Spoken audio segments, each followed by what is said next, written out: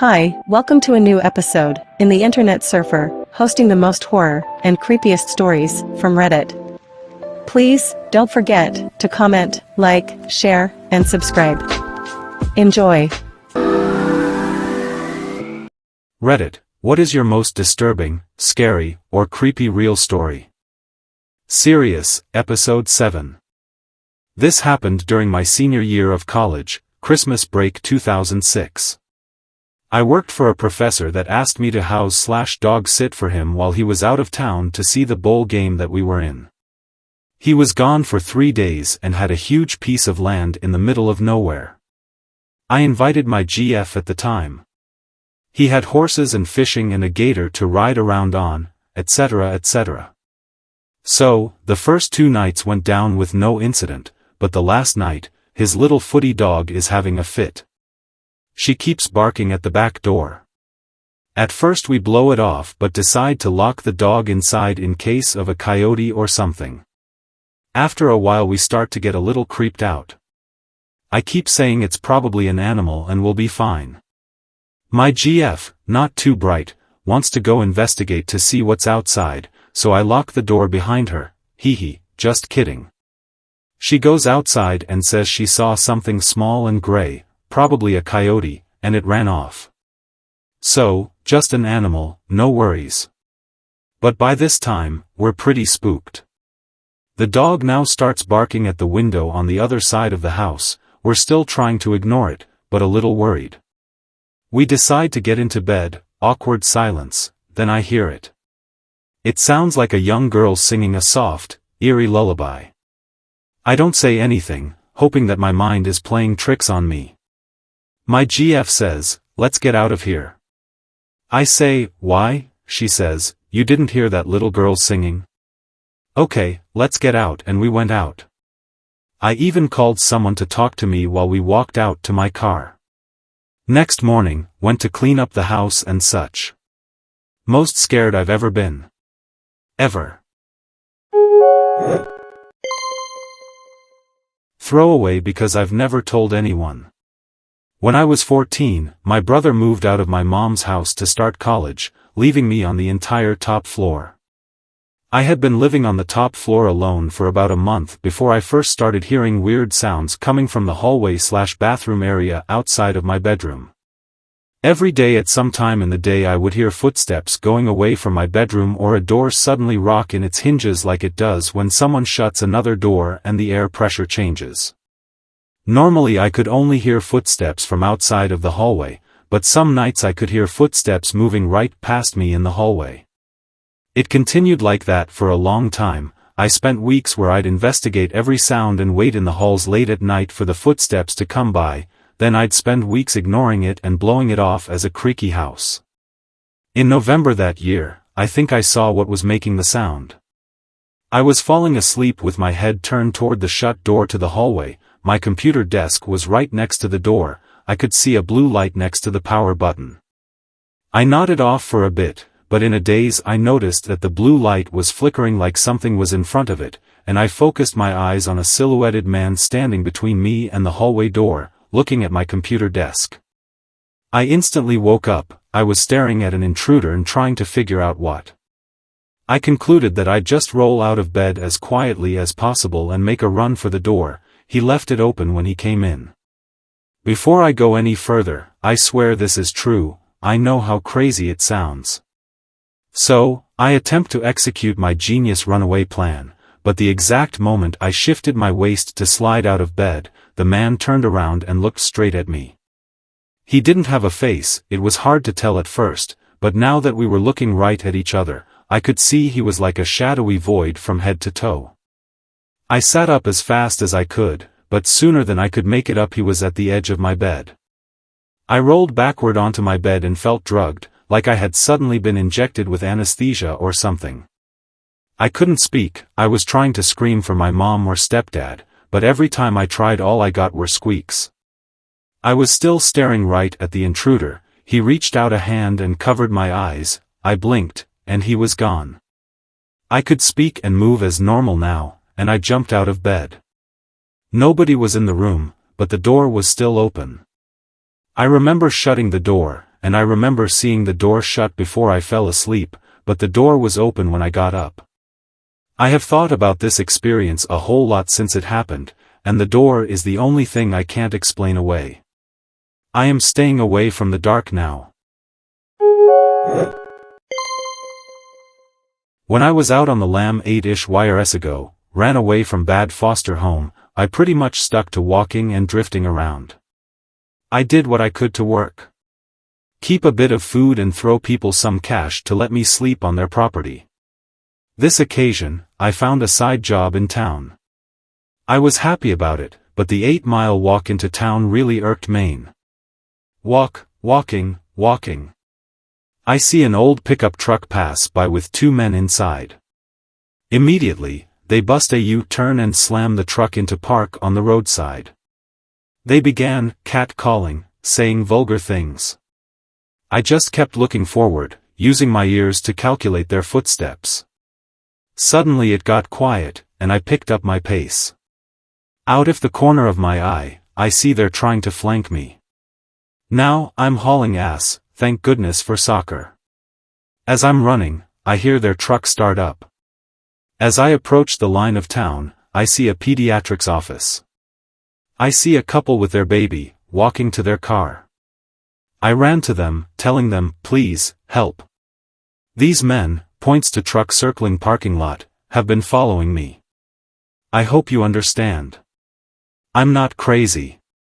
I hope you're not crazy. Please, can I get a ride? They looked freaked, but they allowed me a ride. Lucky, they also made a call to the police officers as they dropped me off into town.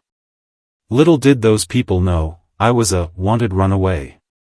Needless to say, this wasn't the first time I eluded pesos or rapists. Ladies, be aware of your surroundings. Know your strengths. Learn to think on your feet. My mother told me this story. Keep in mind, my mother is a staunch Christian and does not believe in ghosts or anything of that matter, but she believes this as she was there and has no idea what to think of it. My mother's grandmother, Florence, suffered from dementia in her older years. So badly that when her dog, Fluffy, died, she had it cremated and placed the ashes on the mantle. When my mother came to visit her grandmother, she would make Mom say hi to Fluff by shaking the urn of ashes. Yes, great-grandmom was nuts. Well, my mother's Aunt Lucy, daughter of Florence, died suddenly. When she died, her siblings decided to not tell her Florence about the death until after the funeral due to her already fragile mental state. They handled the funeral arrangements and everything, even bought a new dress for Lucy to be buried in. The day after the funeral they told her that Lucy had died. Before they had a chance to explain, Grandma Florence asked them for help. Lucy had come by yesterday and was upset. Grandma Florence told them that Lucy kept saying, "They're looking at me. I don't like them looking at me. I told you I didn't want them looking at me." See, Aunt Lucy's funeral had an open casket. Apparently Aunt Lucy had said previously that she didn't like open caskets and didn't want one for herself, just in case. They were obviously shaken up to hear this impossibility and tried to reason with Grandma Florence and explain this wasn't possible as Lucy was dead. Dead? No, she can't be. She was just here. She was wearing the oddest dress though, I've never seen it before. Grandma Florence then went on to explain the funeral dress, that she had never seen in person in perfect detail. I was absolutely terrified of bodies of water when I was little.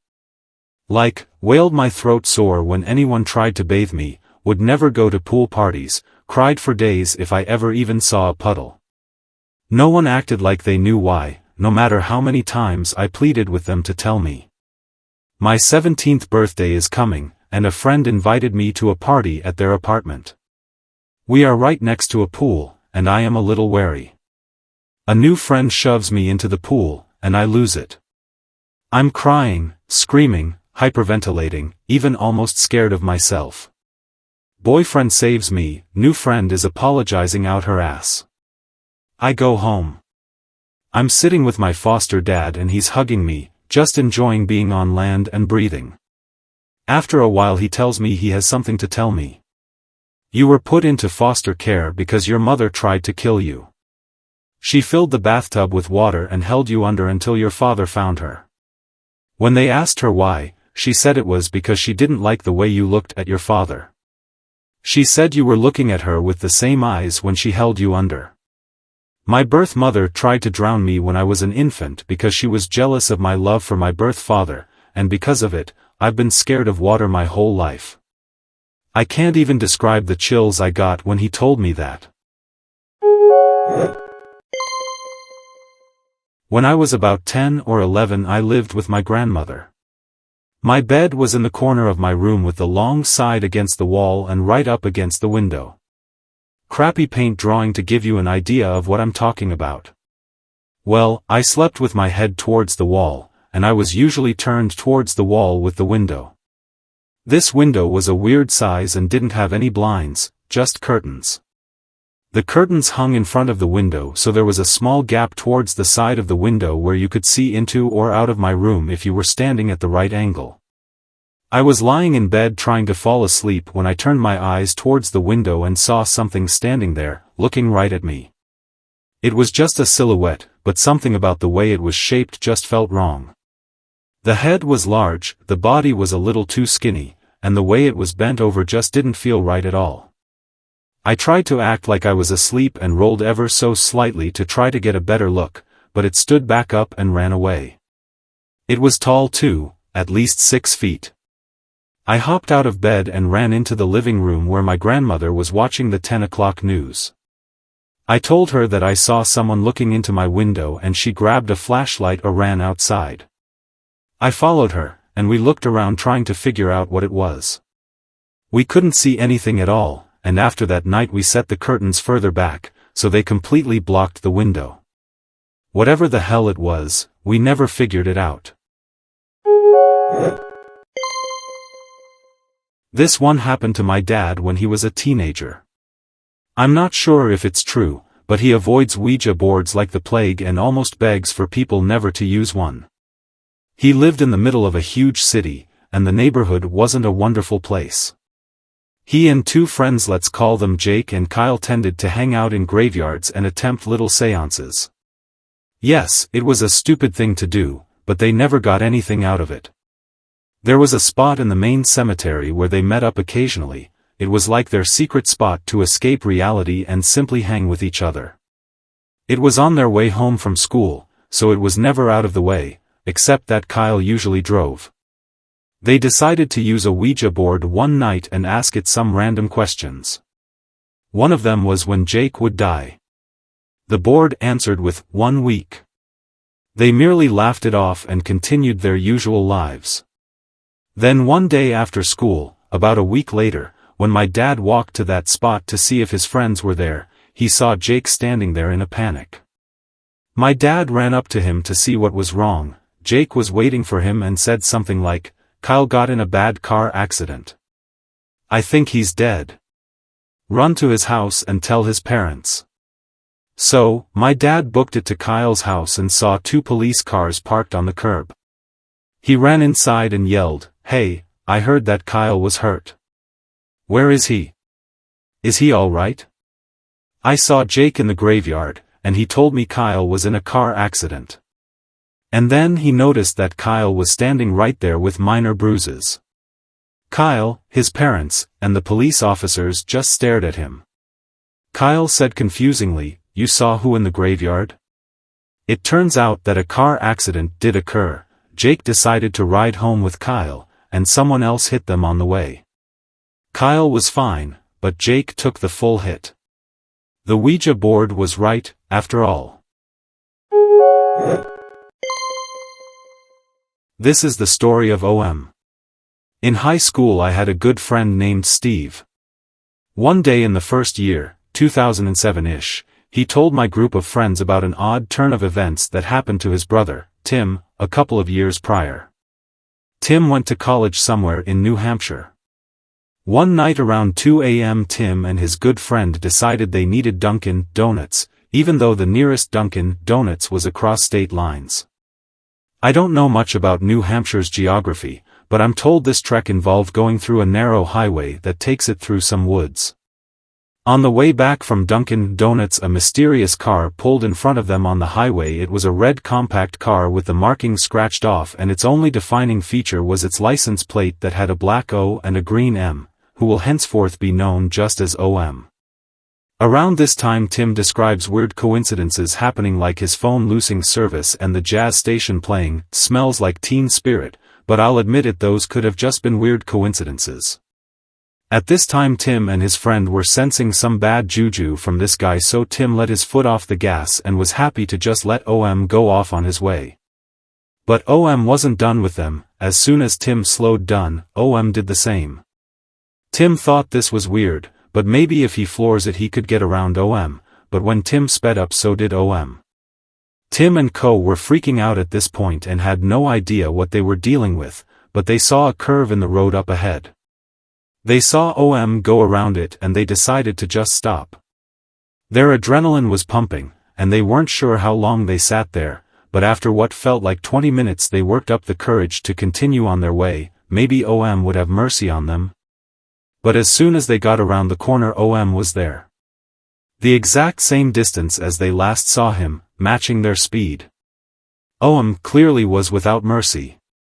Tim and his friend were rightfully scared for their lives and relented to just going forward and hoping they could get out of this alive. Eventually there was a fork in the highway. One led towards the college town while the other led further into the woods. Our heroes went home while OM ventured into the unknown. Tim never saw OM again. Epilogue 1. So, I was told this story during my first year and was convinced it didn't happen, and even my friend Steve wasn't exactly sure of its veracity. But around 2008 to 2009 I was listening to the local talk radio station while doing homework and heard a news bulletin. There was a murder in a neighboring county the previous night and the sole witness saw a car leaving the scene of the crime. She described it as a red compact car with a license plate that had a black O and a green M. I nearly scared myself. I'm in suburban Orange County, California. What is OM doing all the way over here? Maybe I was just hearing things. I ran into Steve the next day at school, and he heard the same report. We learned two things. 1, neither of were crazy, nor 2, that OM was real. Epilogue 2. This previous May my friend Blake was on his way home from dropping off his girlfriend around 2 a.m. For some reason he decided to take a highway that leads through a canyon home. While driving along, a car pulls in front of him. It's a red compact car with a license plate that has a black O and green M. Blake was familiar with the stories and became rightfully scared and fell as far behind OM as OM let him. When they reached near the end of the canyon, OM did a U-turn and went back while Blake continued home to change his pants and sleep. Epilogue 3. This is not the first time I posted this story. In a previous thread u/Ravetti posted their own OM sighting. That is all I know about OM. I'm thoroughly convinced he's a cross-country serial killer who crosses state lines to confuse the police, but I admit it's only conjecture. I was around 13 to 14, and in my upstairs bathroom. Being lazy, I decided to go in without turning the light on, since the room was dimly lit by the light in the hallway. From the bathroom, I can see the woods in the backyard, kind of like a hill that went up into a sparsely populated second development behind mine. Anyway, outside the forest I see a light, not a direct light, like somebody shining a flashlight facing away from me, like an indirect illumination. I look at it, and I'm thinking, the hell's this? It doesn't move, it just appears and is motionless. I kind of figure it might be a tracker light that was kicked on by movement and continue about my business. The light's still on a good minute later and still facing away, and I walk up to the window. It turns completely around, like a flashlight. It's widespread and slowly focuses and sharpens as it shines directly at me, and it's a good quarter-mile away. It's a steady stream of light, and it starts slowly moving towards the window, and extremely bright. I can its reflection in the glass, but it doesn't light the room up, just a bright light directly on me. To give you an idea, this is a third-story bathroom, with a good 40-foot drop to the ground and a hill that goes up alongside it, a quarter-mile away, and this thing came at the window like it was running on solid ground. I ran to turn the lights on. The second I do, it disappears, and to this day I still don't know what exactly it was. I grew up in an exceedingly small village, 60 inhabitants, near to the Czech border. When we were 10, my friend and I played out in the snow in November. It was dark already, but we didn't really care about that as we played under the streetlights. After like 20 minutes I first noticed what used to scare me for quite some of the following years. On the top of the hill across a pond was an abandoned house with huge trees in the front. What I saw was a small light, just about 30 centimeters above the ground, looking like someone squatting there, holding a lantern. After a while, still seeing this light there, I asked my friend if she could see that too. She agreed, and the longer we talked about it the more we got scared and went home. When we told our parents the next day, they laughed and told us it was just a reflection of light in one of the windows, although the windows of that house were much higher. Despite being scared as hell, we decided to walk up the hill, during the day of course, and what we found there was even more creepy. There were footsteps coming out of the direction from the near woods, over pasture fences, through 20 centimeters of snow, to the mentioned tree, where it really looked like someone stomped the snow down, and then continued through a small, narrow walkway between the house and the barn, where under the snow were quite a lot of shards of old roof tiles. No one living in our village would ever go there because it just wouldn't make sense. Everyone we talked about would laugh at us because we were just stupid little kids. We kept on seeing that strange light for about a month, then it disappeared, never to be seen again. Every time I looked up the hill I had the strange feeling of being watched. When I was younger, about 10 or 11, I lived in a house in California with a decent-sized property, about an acre. Where my room sat on the side of the house we had a side yard that we had our motorhome under a cover. Being as young as I was, my bedtime was about 8 o'clock or so, and my dad was known to do things outside fairly late in the night. He had a detached garage in the back he would work on projects in. Well, one particular night, I had just gone to bed and was lying awake when I saw a strange yellow light outside my window. I looked out expecting to see my dad and the shadow of the motorhome, but I didn't, just yellow light. Now this light filled my entire room. I could see every inch and corner of my room, nothing like a normal flashlight, and I knew that my dad didn't have a flashlight that bright or colorful. As I'm staring at this light for a few minutes, almost like I was stuck in a trance, I see a figure in the light. This figure was human-looking, but not quite. Its head was much too large for a normal human, and it was extremely skinny. I was absolutely stunned by this until it lifted a skinny arm up, held an open hand up, waved, and vanished along with the light. I sat there blinking in the darkness for a second, trying to figure out what I had just seen. I slowly got out of bed, walked out to the living room to find my dad sitting in his recliner, drinking a beer, and watching TV. I stood there for a second and he looked over at me and asked me what was up. I asked him, "Dad, were you just out by the motorhome?" He says no and asked me why. I didn't know what to say, I didn't know what to think, I just kind of shook my head and went back to bed. I went out the next day and could not find any sign of anything I had seen the previous night. To this day I have no idea what I saw or what to think of it. It's not a scary or disturbing story. Certain members on my dad's side of the family, there are 6 kids, including him, have some sort of like spirit/premonition type things that happen from time to time. It's not everyone, but my grandma, my dad, myself, my uncle, and one of my uncle's kids all have or have had something related to a spirit or premonition type thing happen, more than once. Usually once every couple of months. There are too many stories to tell here, but 2 stick out in my mind. 1, a couple of years ago my dad was getting ready for work, and he was in the shower, and he kept having flashes of a war vet, dressed in full uniform. He didn't think anything of it.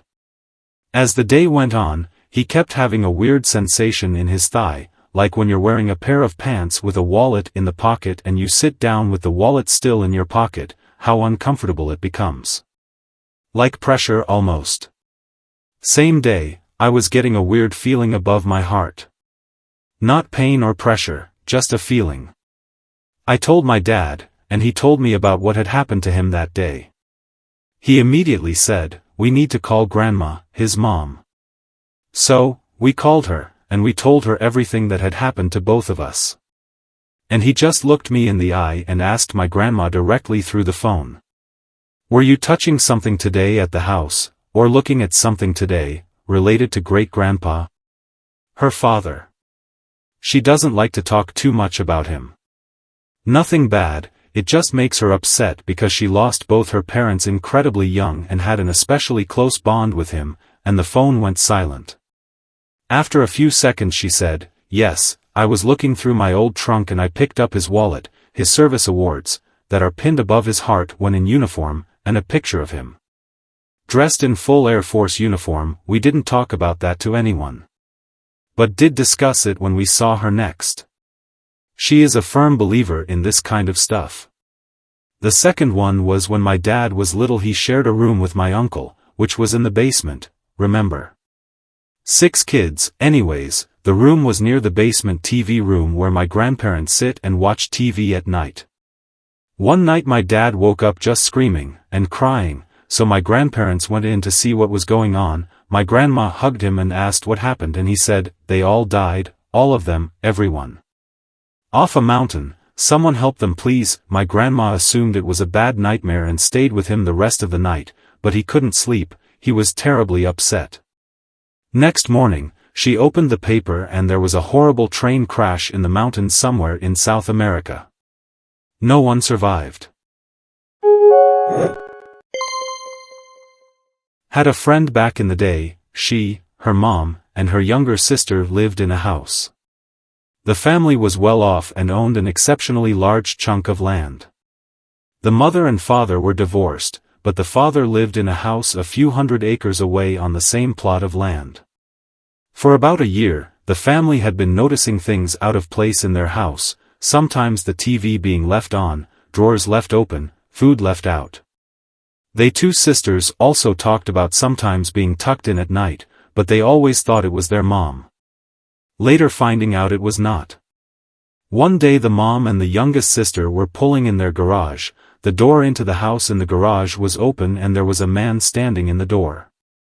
He had snot pouring out of his nose and was breathing heavily. He went to go behind the car so the women could not back up, but like a smart woman the mom was having none of it, and she slowly continually backed up. The man started banging on the windows, but they got out of there and called the police officers. 2 police showed up, and entered the house. The man was pouring gasoline around the house, and shots were fired. The man and one of the police officers were shot, both lived.